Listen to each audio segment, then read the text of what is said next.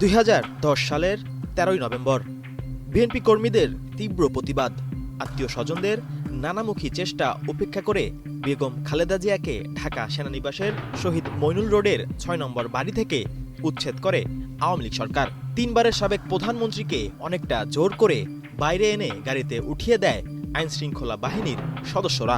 স্বামীর স্মৃতি বিজড়িত বাড়িটি ছেড়ে আসতে বাধ্য হন খালেদা জিয়া।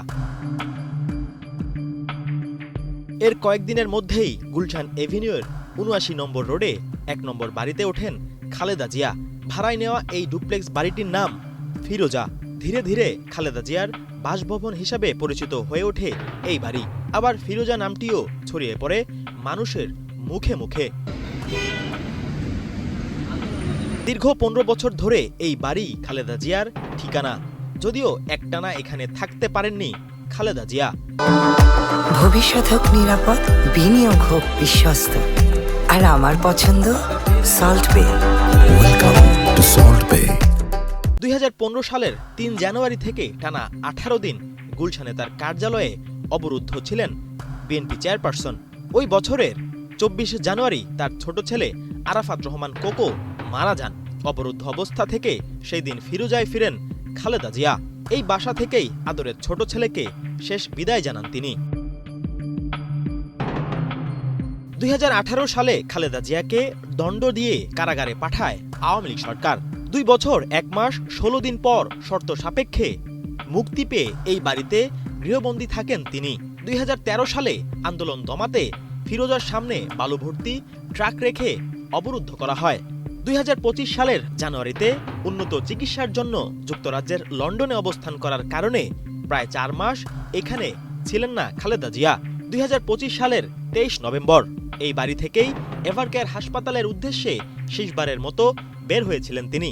1 মাস 7 দিন পর এরপর সেখানেই শেষ নিঃশ্বাস ত্যাগ করেন খালেদা জিয়া।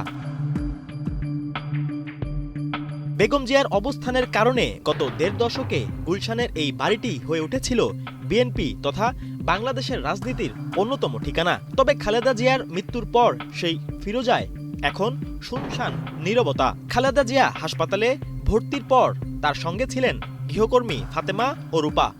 ফলে তখন থেকেই মূলত ফিরোজায় কেউ থাকছেন না।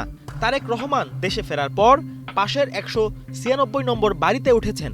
তারেক রহমানের স্ত্রী ডাক্তার জোবাইদা রহমান, মেয়ে জাইমা রহমান এবং আরাফাত রহমান কোকোর 2 মেয়ে জাহিয়া ও জাফিয়াও সেখানে রয়েছেন। তাদের সাথেই আছেন গৃহকর্মীরা।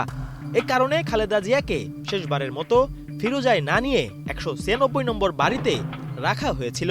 সরজমিনে গিয়ে দেখা যায় ফিরোজার মূল ফটকের সামনে কয়েকজন নিরাপত্তা কর্মী দায়িত্ব পালন করছেন।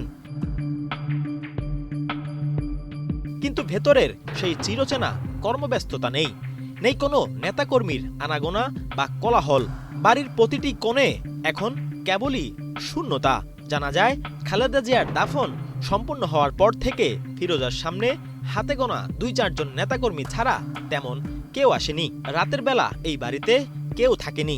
ফলে বাড়ির কক্ষগুলো এখন পুরোপুরি ফাঁকা। ইমন হোসেন, বাংলাদেশ প্রতিদিন।